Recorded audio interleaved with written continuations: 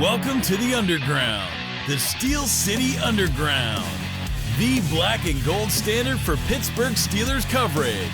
Now, here's your host, Joe Kuzma. Hello, everyone, and welcome to another edition of the Steel City Underground podcast. My name is Joe Kuzma, and I am here flying solo this morning, doing a little bit of Monday morning quarterbacking after the Pittsburgh Steelers improve, or I should say, remain perfect in the 2024 season thus far with a 20-10 win over the Los Angeles Chargers.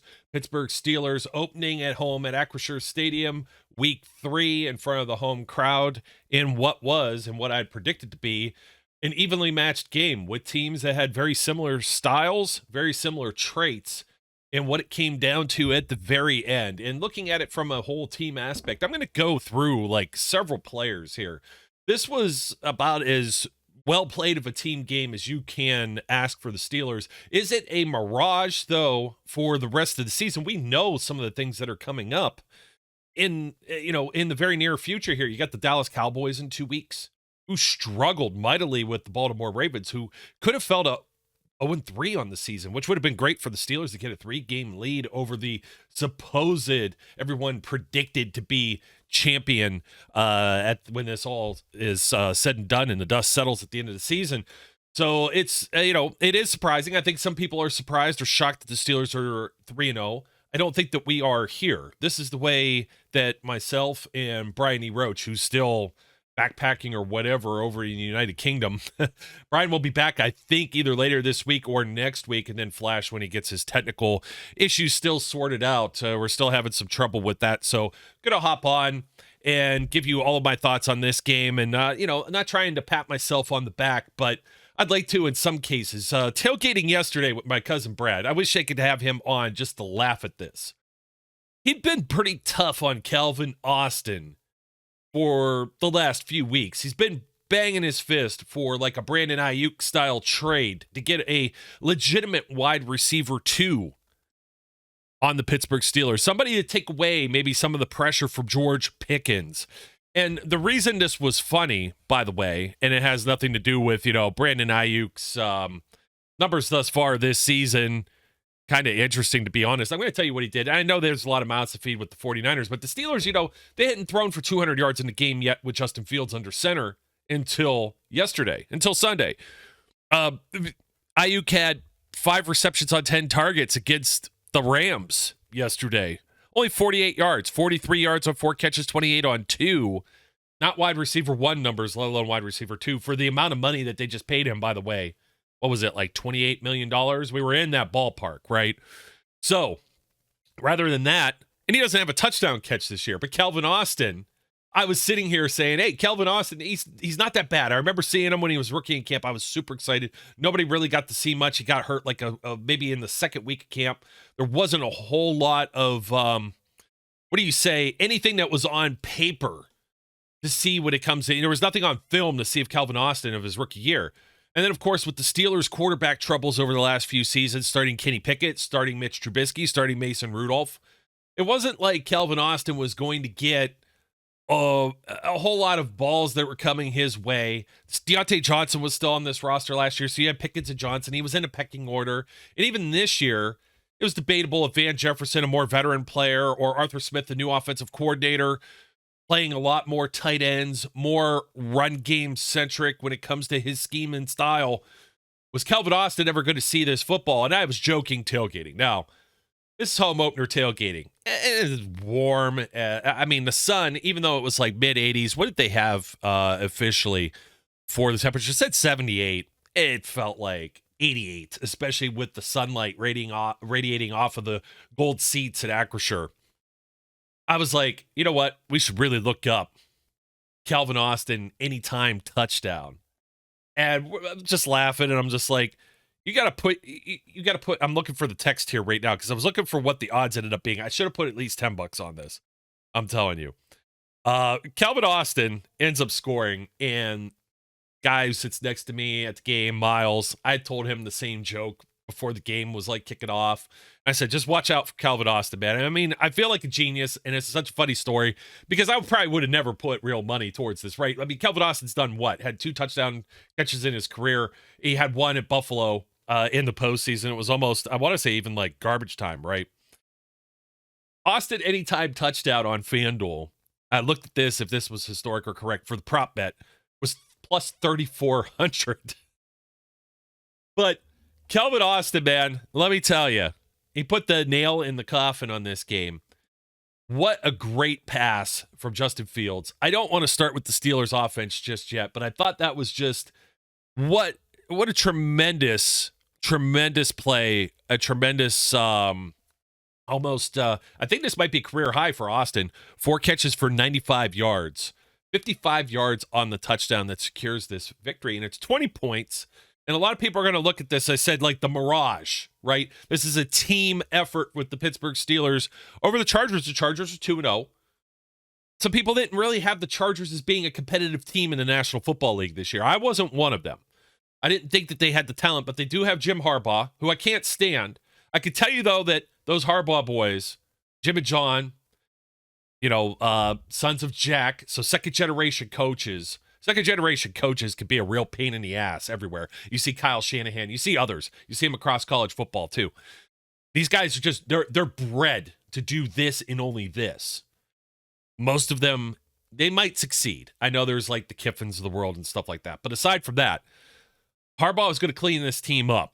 He was going to imprint his same style that his brother did in Baltimore, and Greg Roman is the OC. This whole first half of this game, I was talking about turnovers. I was talking about strong defenses, and I was talking about running the football. Those were going to be the keys to the game. Whoever made the least amount of mistakes was going to be the one to come out the victor. A thing I didn't really get to speak about too much was, I said, keep monitoring Justin Herbert's health. I wasn't even sure he was going to play, but one thing I kind of felt as I saw him kind of stumble around out there on the field was this guy, as soon as he gets hit, he's gonna be out of this game. And the Steelers couldn't really get to him a lot in the first half. So there was some luck that plays into this. It's part of the mirage because Taylor Heineke ends up coming in after they get to Herbert.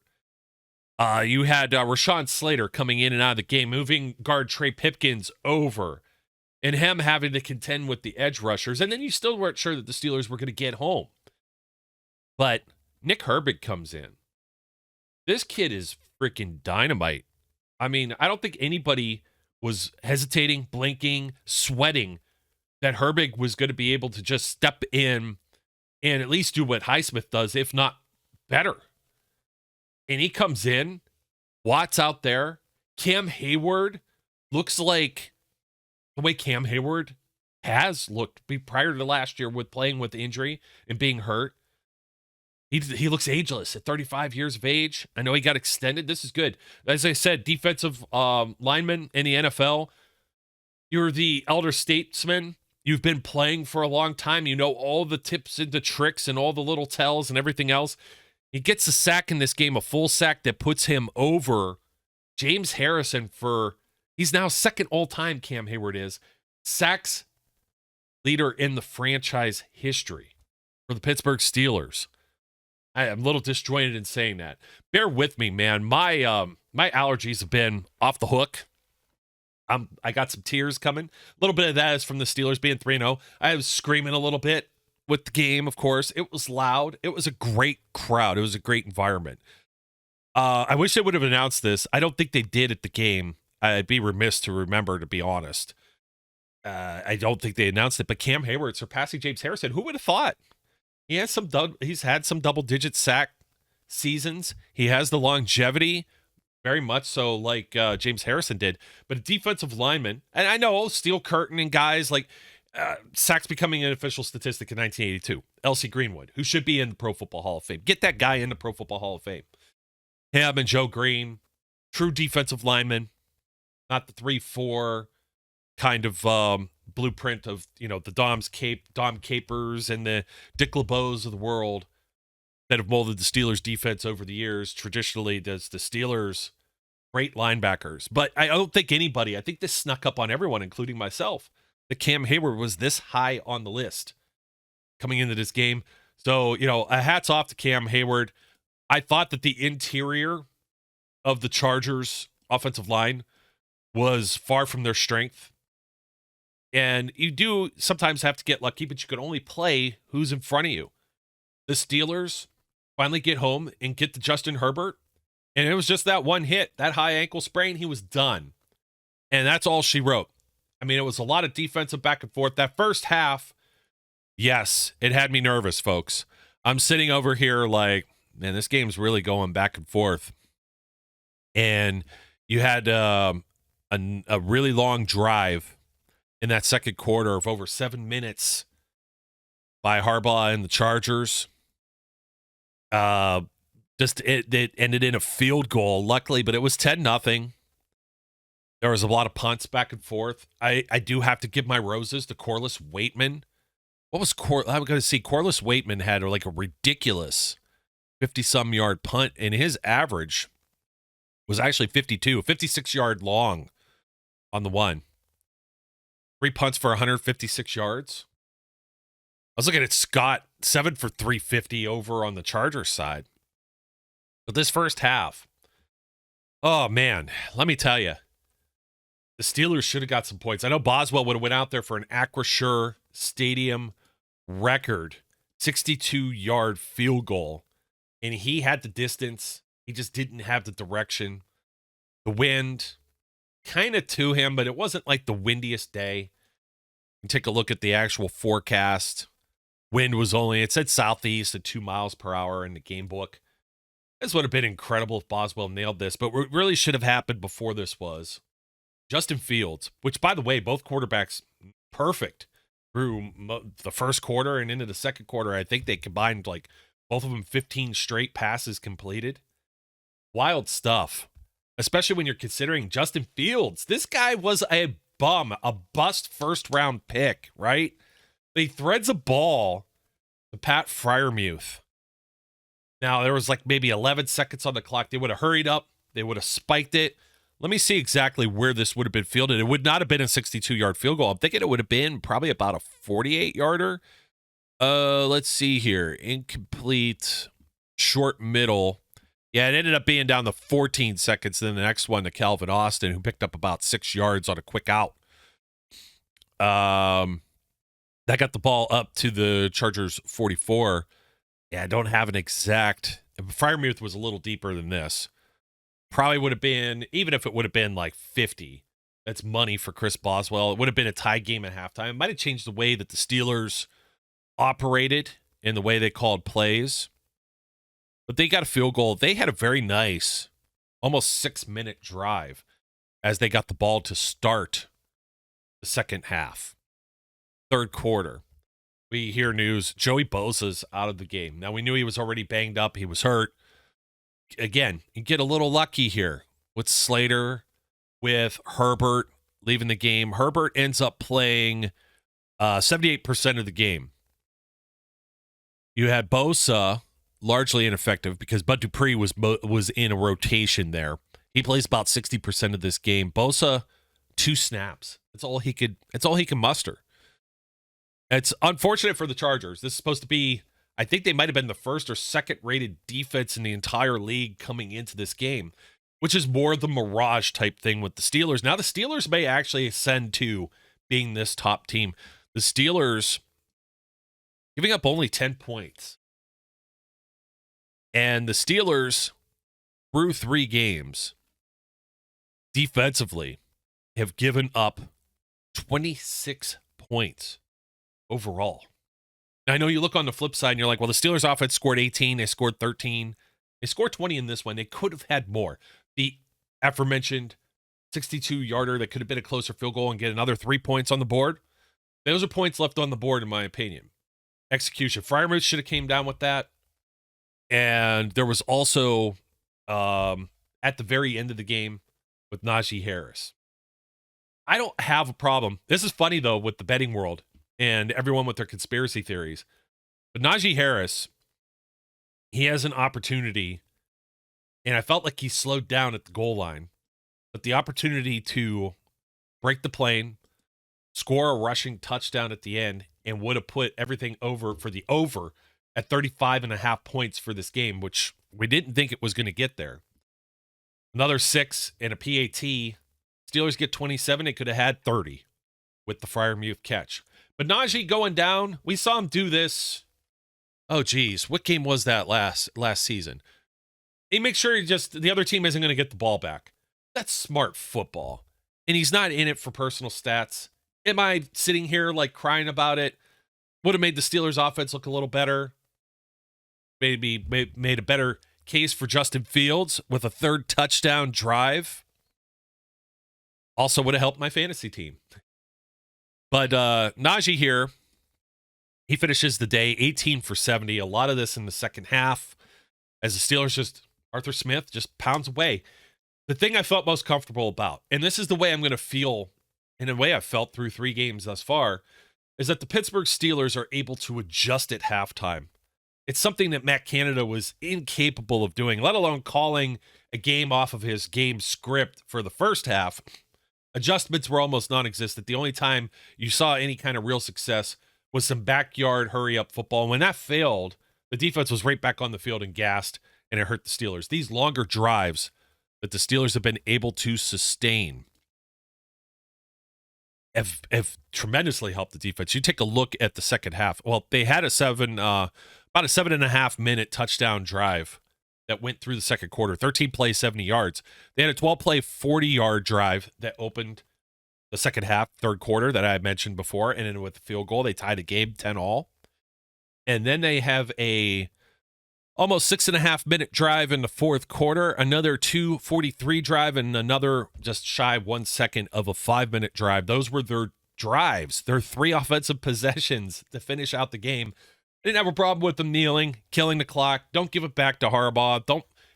The biggest thing here, I think, is, you want my honest opinion, you could have those points. You could take some of the glory. Why put your defense back on the field? Why put your special teams back out on the field and risk injury with this it was warm weather. You got guys maybe like Highsmith pulling a hammy or something like that. Hydration could be an issue. Just take the knee, take the dub. You're already up 10 points. You don't have to embarrass anyone. I think it still makes the Steelers look like underdogs in certain situations. So Najee Harris doing that, I will not fault him. Another person I'm not going to fault. Well, let me finish with the Steelers defense. We talked about Herbig. TJ Watt, just forever, just a dude. But the other Wisconsin Badger, Herbig is just all over the place. I think he really deserves a game ball for coming in. 3 tackles, 2 sacks. 2 of the tackles for loss. He forced a fumble, and he wasn't able to get on. He's just a dude. The fact the Steelers defense able to get 5 sacks in this game, they just turn it on late. Arthur Smith's offense chewing up this clock allowed these guys on the defense to stay fresh and be able to harass the quarterback. Heineke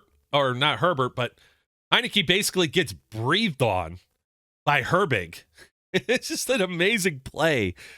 I'm just in astonishment of how well the defense. Keanu Benton was getting in there. Keanu Benton is eating up blocks, which allows Cam Heyward to make plays as well. We saw Landon Roberts shoot through one of these inside linebacker blitzes, the cross dog. And it was actually referenced by Chris Collinsworth later on in the Sunday night game. Says, this is something you see the Pittsburgh Steelers do. I know I'd be annoyed if I was a fan of one of these teams watching with the Chiefs and the Falcons and they're saying that type of stuff.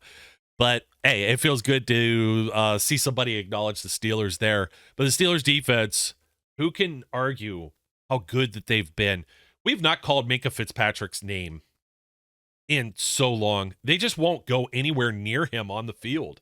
It's ridiculous. Joey Porter Jr., I'd like to know how many receptions he's given up. We had to break down in communication on the only touchdown drive for the Chargers. And probably had everybody a little worried. I'm not sure if that was supposed to be safety help. I'm not sure if Porter's playing like a shallow zone. It sure didn't look like man. It looked like he passed off. Who ended up catching this touchdown pass? Was it Quentin Johnston? Yes.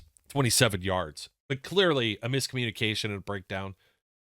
We're usually in week 3, we're talking about an extension still of the preseason and the teams ironing out their wrinkles. And I could maybe put it there. I thought Patrick Queen had a far better game than he had.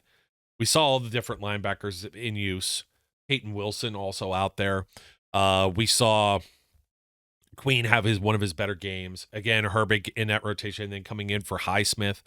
Highsmith, he didn't play a whole long game here. He's in about half. Yeah, 25 defensive reps of the 46. Porter and Queen had full participation, as you would expect with Queen being the quarterback of the defense. He never left the field. That's what the Steelers have been looking for. That's what they were looking for when they signed him. Corey Trice, he gets dinged a little bit. James Pierre had to come in. He came in for 2 snaps. It was really all hands on deck. DeMarvin Leal, playing as an outside linebacker, called upon because to give TJ Watt only came out for 2 plays. So Watt had to play. His participation had to be much higher with Highsmith getting hurt. Herbig plays 19 of the 46 reps, 41%.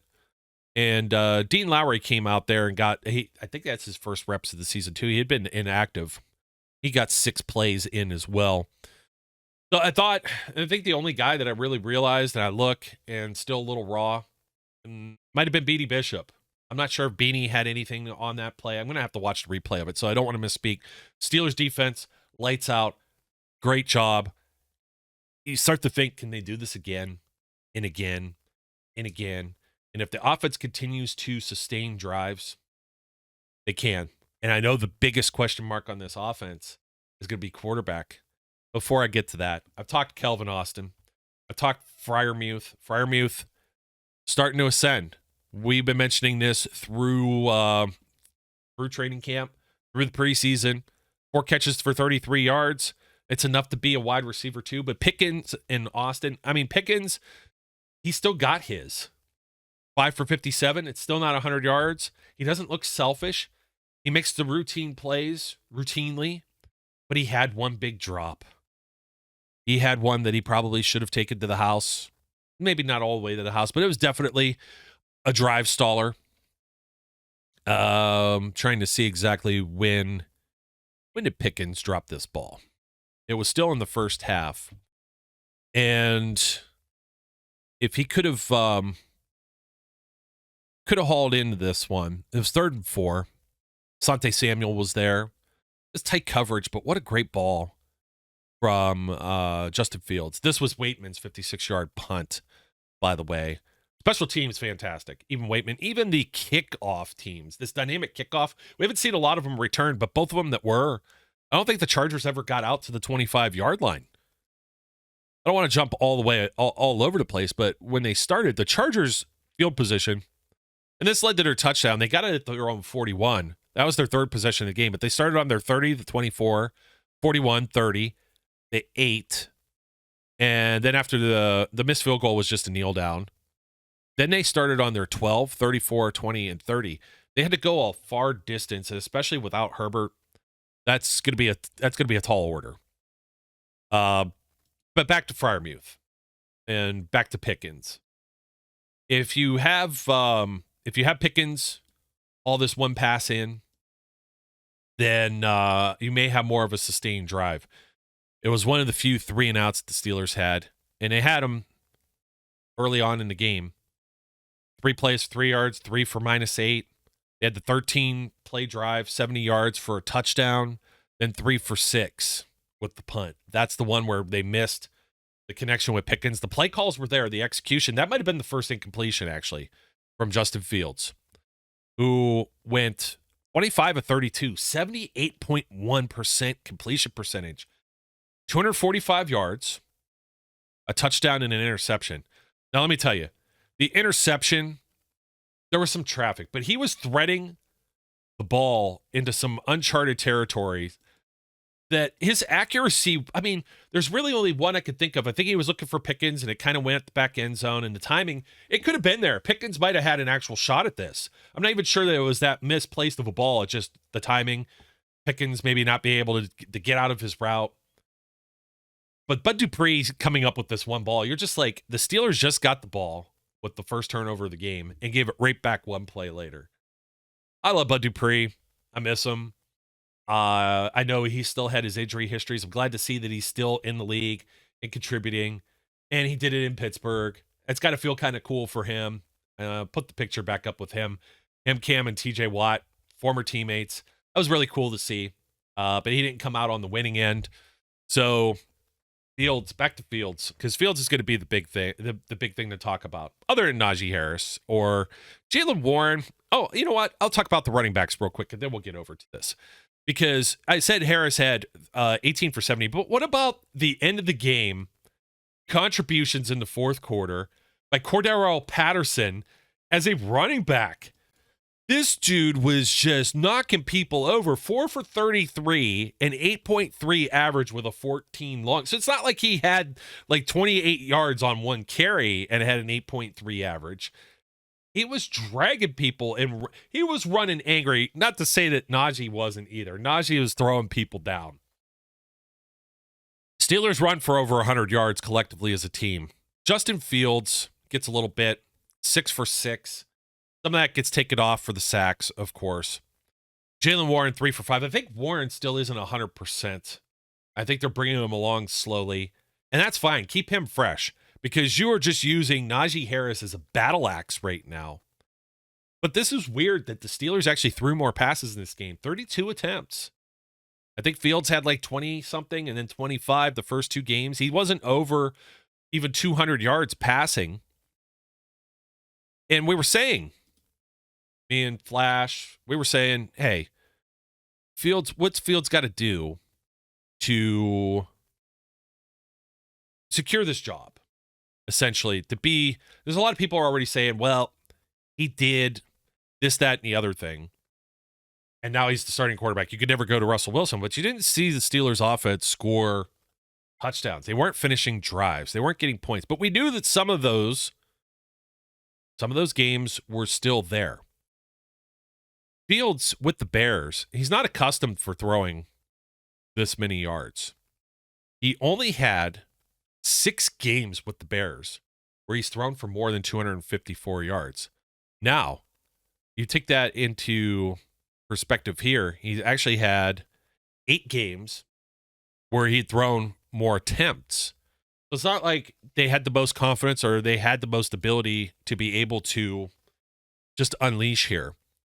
Multiple touchdown games still aren't in his repertoire. He's had a little more than a handful. Let's see, 3 with 3 or more. 1, 2, 3, 4, 5, 6. 2 touchdown pass games. And we're talking 40-plus starts in the NFL. 40-plus games over 30-plus starts. But is this development coming around? This is year 4. Usually you want to see this stuff in year 3. What was he, a 7th round? Or 7th overall pick? 11th overall pick in the 2021 NFL draft. I know that when he was coming out, there was a love, like an infatuation with Mike Tomlin. But we had like this worry about, Ohio State quarterbacks. Can they get the job done? There's a few different things to look at this where you're thinking, is this a mirage, right? The whole Steelers being 3-0. Of course, the Chargers, they had their injury issues and whatnot, but this was still a very tough defense to throw at for a majority of this game. And Fields completing almost 80% of his passes. He's absolutely on fire this season altogether. He's completed 73.3% of his passes. At first, I was thinking this could be Kenny Pickett light because lack of passing yards, lack of touchdown throws. The identity of this team versus the one that Pickett had a year ago or over the previous 2 years, along with Mitch Trubisky, I don't get the same vibes. I feel Fields has done way more than both of those guys combined. The Steelers couldn't run the football then. They still had offensive line problems. But the way the Fields decides when to move, he had a good clock. He's moving. There was one time I'm like, oh, this is a sure sack. And he got out of there. Now, did he really gain any yards or get anything out of the play? No, but it wasn't a negative play, right? He didn't lose yards, didn't lose the football, no turnovers. The interception here goes on his stat sheet. It gets bobbled around. There's a little bit of traffic. It hits hands. As soon as it hits hands, it could be anybody's football. It could literally happen to anybody. So I'm not going to fault Fields for that turnover necessarily. I don't think it was the worst turnover. It was bad timing because the Steelers had the momentum and could have capitalized, but the defense already felt like the momentum was swinging. We even get Renegade during the kickoff to make sure, for good measure, that the fans were in it early in the fourth quarter and that the Chargers were not going to make a comeback. This was the game, I think. And, of course, we mentioned a couple of the incompletions that could have padded the stats a little bit more, but 245, 250-ish. I can't go back on what I said. Like, this is what all you needed from like a Mason Rudolph, for example, or a Kenny Pickett in order to succeed. Now, I think Fields he's been throwing like lasers. There was a throw. You could kind of see the progression in progress, and maybe playing at home helps with this as well. 25 of 32, right? Get a couple of those back. He took a couple sacks. There was one. Oh, geez, was it Derwin James on a safety blitz? I think it might have been James. Could have been somebody else. But there was a safety blitz. It's going to be hard to escape from that. By the time he saw it, it was too late. But he's been reading the field a little bit better. Been using the middle of the field this game. The aforementioned Pickens, Freiermuth, both of those dropped. Those are thrown to the inside. Those are inside the hash type throws. So was the touchdown to Calvin Austin, who throws on that 4.2 whatever speed. And I get a little more excited because I know Roman Wilson is this much closer to getting on the field. And I think that's going to cause more problems when you have the speed. And I think he's much more physical wide receiver coming from Michigan. That was a run-first offense. He's going to fit right in with these Steelers. And then he's going to sneak out. And he's going to draw attention away, as will Austin now, because teams see this on film. It's going to open it up for Pickens. It's going to open it up for Freiermuth. I think Fields can find these guys. There was a throw. Was this the one, I believe, that might have been leading into the Boswell missed 62-yarder? But it might have been just before this. But it was in the first half. And I thought for sure there's been throws that have been out in the flat. Jalen Warren, Cordero Patterson, Najee Harris. And one of the backs was right there in the flat. It probably would have been a 1 or 2 yard gain. It wasn't anything big. And I saw Fields. You could almost see that he looks and sees this intermediate route and then sees Pickens just beyond. And he puts a ball perfect right there where he can catch it and right along the sidelines. This is some Big Ben stuff. That was great. It gives me chills, gives me goosebumps to think that. And I know there's people, myself included, I was excited, for Russell Wilson. How can I be? This guy was a great player for many years, and he was one of my favorite guys that did not play for the Steelers, okay? Loved Russell Wilson. But this could be, once again showing this could be Justin Fields. This could be turning into Justin Fields' team. And one big reason for this is if Wilson has a strained calf and he's not getting any better, then this offensive line is really makeshift right now. Troy Fautanu is now lost for the season. An injury to his kneecap, and according to Jerry Dulac, one of the Steelers beat reporters, he has to have like some type of ligament surgery, and he's done. He might be back for the postseason. I don't know if you throw him right in by that point. This alludes to Broderick Jones having a much better game. I had my eye on Broderick a lot. I know he's been playing hurt. We haven't really mentioned enough that I believe it was bicep, something with his arm. He had been wearing a brace. He didn't have the brace on for this game. And I think that it was mentally affecting him, but also knowing that Fautanu is like lying in wait. It's the same dynamic with Justin Fields with Russell Wilson, except that Fields, it's like, hey, this is your time to shine. There's not a lot of pressure on you. You came in here as the backup, not just the starter. And the Steelers have a backup plan if this deal with Fields is like 3-4 good games, and then all of a sudden it fizzles out like a balloon that loses air. And I don't know that it's going to end up that way just yet. These are the type of games, these are the type of opponents that help you develop these young quarterbacks that have not been able to have the success in the league yet. They are confidence. It's a confidence building kind of development for Justin Fields. And for Russell Wilson, it kind of sucks because he gets hurt and he's the guy with the pedigree. He was the guy in the pole position. But right now, when you're trying to play Spencer Anderson as your left guard, you still have a rookie center at Zach Frazier, who had another tremendous game, by the way. James Daniels. Now you have Broderick Jones, who had been struggling because he's playing out of position at right tackle. Dan Moore, who we've always thought had been struggling, but has been playing above average. He's been playing good ball for the most part. The one, I think the other sack, this could have even come off the safety one, but they pulled more. He wasn't even over. There was nobody on the edge to even contain.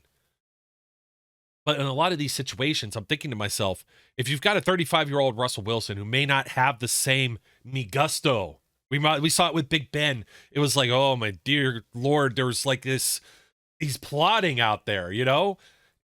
We don't want Russ to do that. He's going to take sacks. We already know Russ holds onto the ball. Both of these guys, Fields and Wilson, among the guys who hold onto the ball the longest in the league, take the longest to release the ball. I think Fields' release has been better. He's starting to process a little quicker. He's getting comfortable. And the other thing he offers that helps this offensive line is that he can escape. You also see when you don't have Clete Blakeman as the referee, as mentioned by Dale Lawley, and I was thinking this when I was watching, was it the Sunday night game or was it the Cowboys and Ravens? But Clete Blakeman's crew, another 20-plus flags. Steelers only get flagged for 3 here. And then Steelers did get aided, but rightfully so. Harbaugh teams are going to cheat. They're going to hold, they're going to grab. They're not going to let you try it. They're not going to let you get free. Kelvin Austin got grabbed. You had a late hit on the quarterback. Fields got clubbed in the face, across the face mask. So all those penalties I thought were deserved and earned and helped the Steelers sustain a drive that then kind of snowballed, gave them the momentum going into the towards the end of the game. They win the time of possession battle again. 33, almost 34 minutes, 33-51 total. They had 346 yards. This is good. They were almost up to 400. 65 offensive plays. They just pounded that Chargers defense was just getting tired. And then they didn't have the bodies necessarily to substitute with. Arthur Smith, that second half adjustment versus Greg Roman. Greg Roman's never been a good second half adjustment guy. Good game script. Good team as far as running the ball. But the Steelers defense, they contained 20 carries total for the Chargers for 61 yards. J.K. Dobbins, 15 carries, 44 yards. That's a 2.9 average. Gus Edwards, 3 for 9, 3.0. Oh man, that was what they ended up with, the Chargers overall in this game. Steelers run defense, lights out. I mean, this is a team that you could benchmark. And I think you could carry this into, you don't want to get too big of a head because the Colts could be sneaky. They're 1-2. They almost fell to 0-3 too. And they get 2 back-to-back home games coming up on the horizon. But the Steelers holding the Chargers to 3 of 11 on third down. They didn't even get a fourth down attempt. They weren't anywhere close to even go for it or risk it. And Jim Harbaugh would be a guy that would want to do that. He could pull out those bag of tricks, but he didn't. So I think when you look at this overall, Fields went from a little more than a game manager to a guy that's really helping this offense. And they're being successful. Unless he becomes a turnover machine, we might not see Russell Wilson, but I think there's a lot of positives to this still. Neither one of these guys is making a ton of money this year, right? I think that the Steelers, if they had to turn to Russell Wilson, that's fine. You've now got a nice body of work. Over 100 maybe attempts. Let me see. How many does Fields have? 75 attempts through 3 games. Body of work to look at as to whether or not you believe he could carry this team beyond 2024. I know none of these guys are signed yet, but it may be food for thought that Fields could come back. He's not going to fetch like the biggest contract. He's not going to fetch Joe Burrow numbers, Lamar Jackson numbers, Dak Prescott numbers, because he's not putting up those kind of statistics. Really, neither are those guys just yet. But a Baker Mayfield type contract over 3 years beyond this, if this small body of work through 3 games is what we get to see over a 17-game season with an Arthur Smith offense, you could be looking at the future of this team. And then maybe they even look to draft and develop somebody in the interim, should Wilson not stick around beyond this. I know there's all kind of trade talks and everything, the people that are doing all the clickbait stuff that's out there and what they might do with Russell Wilson. I don't think they do anything. You don't want Kyle Allen. You are one hit away from having like Taylor Heineke out on the field, who was elevated. They elevated guys from the practice squad and whatnot. NFL, I think it was 62 or 64 quarterbacks played a snap last year. Lots of backups got in. Or no, that's how many started a game. I'm sorry. Not even just took a snap. Those are how many different quarterbacks, only 32 teams, over double, end up starting. So you need a reliable backup quarterback. But I think that Fields right now, his elusiveness, Russell's elusiveness could be questionable. His teamwork,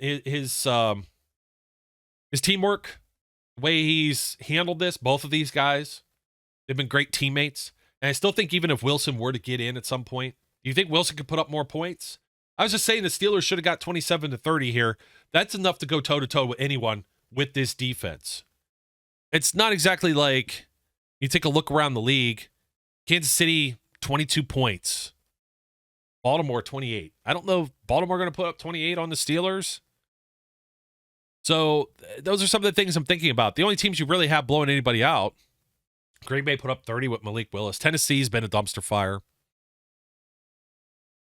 Will Levis, these are the things like you start to think about. Oh, Steelers draft a quarterback or whatever. We might be looking at the future right here. It's a little unconventional, but the things that, I got to mention this with Fields too. The fake and the run. He had the touchdown run and then the other one, the secure first down, and then the fake with the handoff to Patterson, where it looks like he kept it and it looked like he was going to bootleg it. The defense was totally fooled by that. Even with Patterson in the backfield, you almost know that Patterson's going to get the ball every time. And he's just running angry. Fantastic. It was a little not as clean in week 2 at Denver. And it was what they needed to get the job done at Atlanta. And we thought it was called perfectly for Fields. But this might be the way this operates. And you know what? I don't have a problem with it as it continues to bring victories. We shall see. When you have like somebody like TJ Watt, that is a perennial defensive MVP, player of the year, all the time, in that defense, and I said Porter and Minka, their names aren't getting called a whole lot because they are doing their job in the secondary. These teams don't want to throw there. I know Herbert wasn't 100%. You will see the Patrick Mahomes, the Jalen Hurts, the Dak Prescotts, and what the Steelers do against that. It'll be a formidable challenge. But these are the building blocks towards building championship competing teams and getting a lead out in the AFC North where everybody is picking all the other teams. They're picking the Cleveland Browns. Deshaun Watson got sacked 8 times by the New York Giants. Think about that. The Browns had all this offensive line talent. I know a lot of them are licking their wounds and getting coming back from injury and whatnot. But against the Giants aren't supposed to be, they're supposed to be the doormat. And they go into Cleveland and it just like, they made a statement and it was sloppy and they barely won. But it's still the wins and losses. When you look at an AFC North, Baltimore Ravens supposed to be Super Bowl contenders. They had the reigning MVP with Lamar Jackson and they're in the basement. We'll see what the Bengals do on Monday Night Football. So I'm just saying, it's nice to be 3-0. You know the toughest part of the schedule comes a little later. And those games are all going to be AFC North games, so you're going to get to control your destiny. This is starting to look like the teams, starting to look like rebuild in place. And you're still going to get Isaac Seumalo back. And I got to mention, Mason McCormick playing as a tackle, an extra guy on the field, tackle eligible, nasty. And they were without Michael Pruitt. You got McCormick to go in there. McCormick played... Let me see. 25 snaps. 25 as a rookie. You got a lot of newness with the coordinator, the quarterback. I mean, Calvin Austin didn't have a whole lot of playing time. He missed his whole first year. Like I said, this is it's so fascinating to me how the Steelers team is coming together. Now I know Spencer Anderson was swapping some time there too. He played 56 of the 68 snaps, 82%. And then the rest of the offensive linemen played the full game. But one last guy I got to give some roses to before I sign off here. Scotty Miller.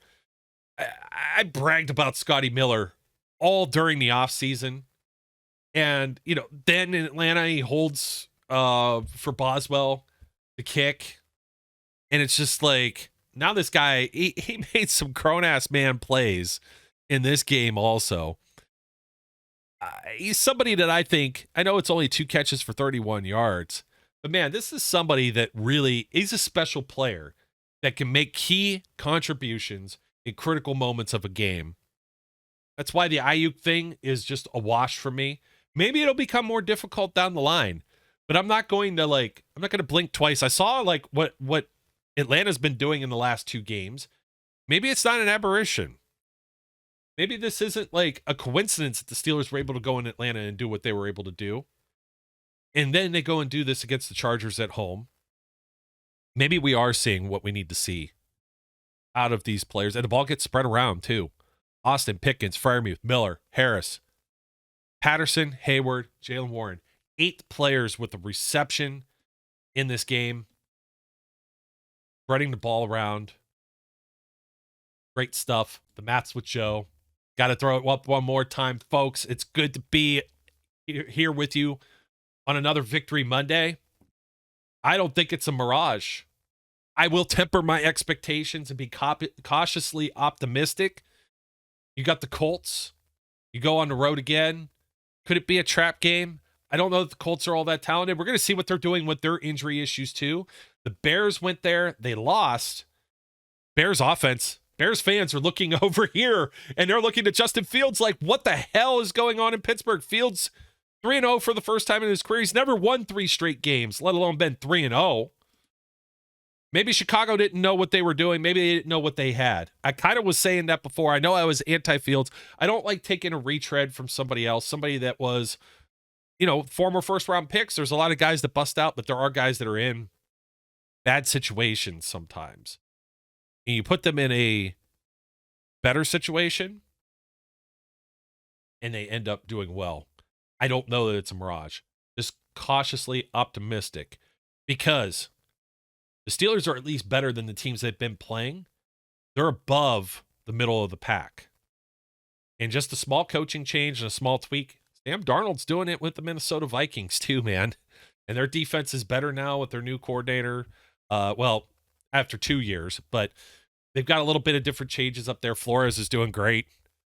And you just see, even somebody like Darnold that's bounced around. Bad Jets team, bad Panthers team. Panthers with Dalton instead of Bryce Young. Look what they took the Raiders to the woodshed, 36-22. That wasn't even that close for the Vegas Raiders. It's funny what happens week to week with the parity in the NFL.